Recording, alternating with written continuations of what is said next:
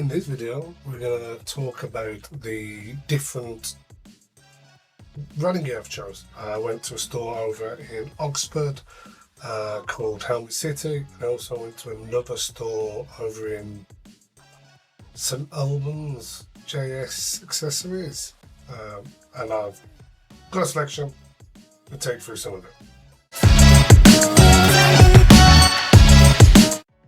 So I started with helmets, the most important part you get. I tried on lots of different helmets from HJCs, Arrows, Shoeies, Sharks, Schuberth. I tried on lots. The one I really liked was a bit of a lower quality helmet, so I didn't end up going with that. I forget the name of that one. Like an entry-level helmet, begins with an S. Forget the name. If you remember the name, post it in the comments. So I really liked the Shoei helmet. Really liked it. It's about 600 quid though, which is what you expect for a top-of-the-range helmet. But I ended up going with the Shark Spartan RS. I was going to go for the carbon. Unfortunately, they didn't have that in stock, so I just went for the standard one. But actually only cost me in the end 270 quid, something like that. The reason why I went for that one, right, was maybe it's just me, and I'm new, I know that, but the Shoei one didn't feel £300 more value to me. They both fitted very similar, and in fact I really like the style. I'll put a picture up in a second. It's gone black with some more aggressive colouring on some of the fixings. So yeah, we went with the Spartan RS. I'll flash a picture up, and let's talk about the next thing. Should we do the jacket?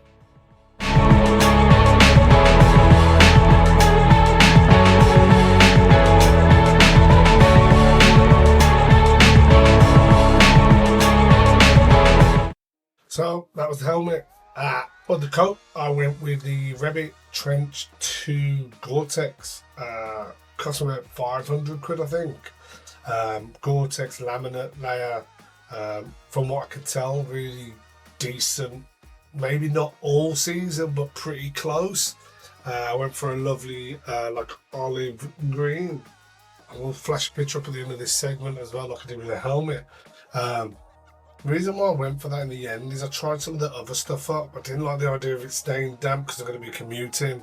The idea that it might not be it'd be dry on the inside, but it still might feel sodden, right? Didn't like the idea with that. Tried on a couple of other tried on a climb jacket, a bit more expensive. Didn't really like the way it fitted me. I also got the back protector for my jacket, obviously extra added protection. What else did we try on? Tried on a couple of smaller jackets and not laminate, but other Gore-Tex. Was not a fan. Anyway, I ended up going with the trench one. I think it's going to look good on the bike, and it's also going to look good on almost any. Just walking around, I think it'll look fine. Really excited to get on with it. But yeah, I'll show you a picture and then we'll do the next bit.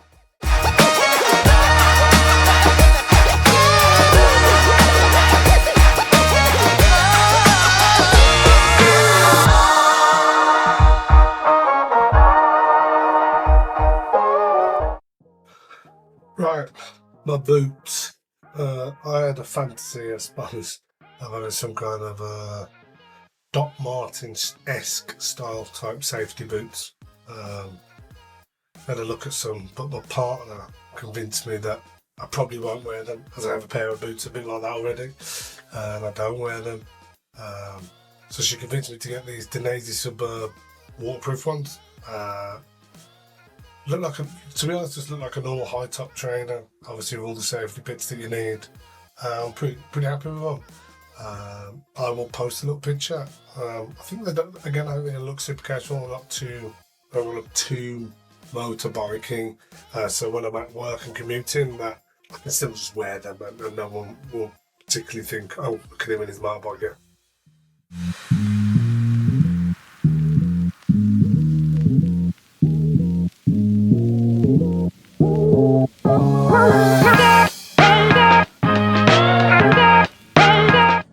Right, next, my bottoms. So that was all the firstly, that was all the stuff that I got from Helmet City over in Oxford. Really helpful lady. She was really helpful. Was there for quite some time, a few hours, easily a few hours. Decided that was enough. Had the kids and the missus with me.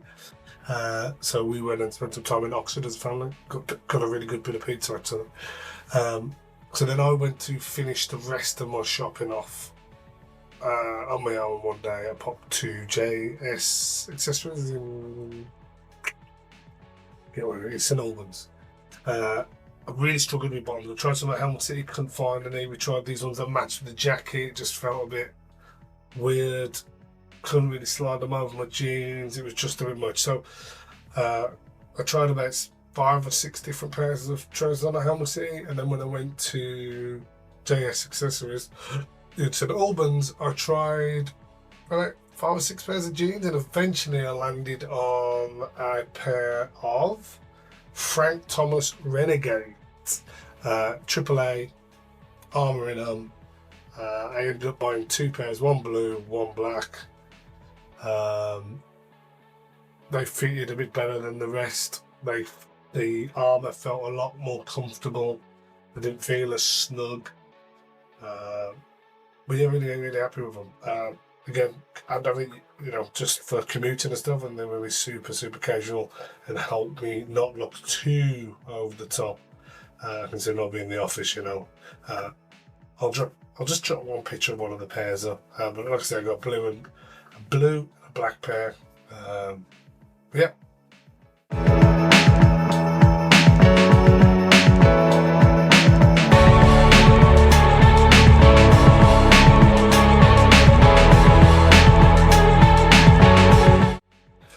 So because I went for jeans, I needed some leather of some leather, some way of waterproofing my bottom half. So I went with a pair of Scott pullover waterproofs. It cost me about 80 quid. I ended up having to get a triple XL so that I could get in and out of them relatively easy. But yeah, nothing to talk about here, but yeah, super duper, top of the range, I'll do the job.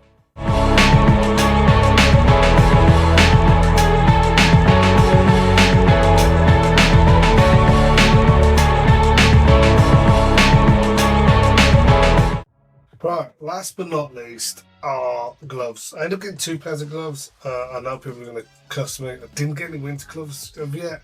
Just couldn't find ones that felt like I'd be able to do stuff with my fingers.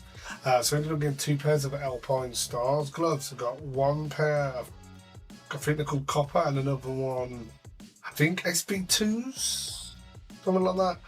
I'll put a little picture up. The one's much more lighter weight. Well, I mean, they're both quite lightweight, but one's more lightweight than the other. Got one in cream and one in like a greenish, beigeish type thing. The idea in my head is if one gets wet, I can wear the other one the next day. But I'm sure that will change, and I'll be looking for a decent pair of winter gloves. In my head, from what I've read, Alpine do a decent set that I'll be looking at. I tried quite a few different pairs of gloves on, like I say, and I just couldn't get on with them. They just felt like I just couldn't feel my fingertips. So I just, in the end, I went for something that just felt like I'd be able to do with what I wanted to do in them. Like I said, I put a picture for both of them, and we'll go for that.